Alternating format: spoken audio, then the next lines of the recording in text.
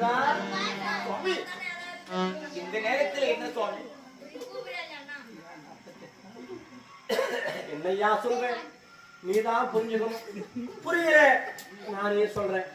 உன் கூட 48 நாள் ஒரு மண்டபம் உன் கூடவே சுத்தி இருந்தேன். ஆமா, ஏன் முனிவருக்கா கொடுத்த பட்டக்கலை நீ கொடுக்கிறவா அவ வாங்குறவா.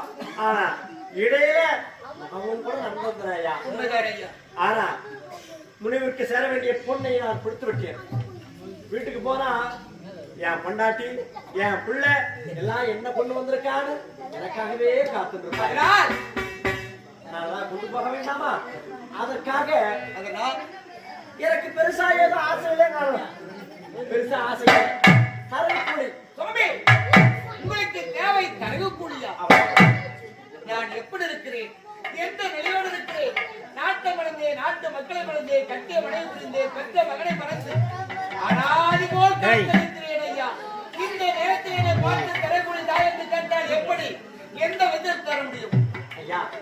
தரகக்கூலி நான் அதிகமா கேட்கலையா, சின்னதா ஒரு 16,000 வராக கொள்.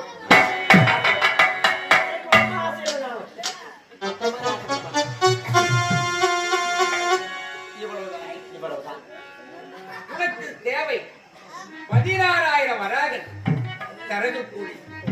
ஐயா உங்களுக்கு சேர வேண்டிய தரகக்கூலி நான் தர வேண்டும் என்றால் வேண்டுமானால் நீங்களே இந்த காஞ்சிமா நகரத்தில் என்னையே விற்பனை செய்து உங்களுக்கு சேர வேண்டிய தரகக்கூலியை பெற்றுக் கொள்ளுங்கள் ஐயா.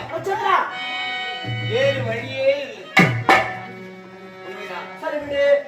ஏன் இப்படி செய்தா என்ன? எப்படி இல்லை ஒரு வார்த்தை சொல்லிடு. அந்த வார்த்தை தானே என் தாயினால் வர. ஏயா இந்த கஷ்டம்? ஏன் இந்த கஷ்டம் உனக்கு? எவ்வளவோ பேர் வாங்கிட்டு இல்லைன்னு சொல்லிட்டு இருக்கா. என்ன போயிட போகுது? ஆசையா போகுது. ஒரே ஒரு வார்த்தை தானே இல்லைன்னு சொல்லிடு. உனக்கும் தொல்லை இல்லை, எனக்கும் தொல்லை இல்லை. வார்த்தை உழைக்க முடியாது சுவாமி. முடியாது. உங்களுக்கு தேவை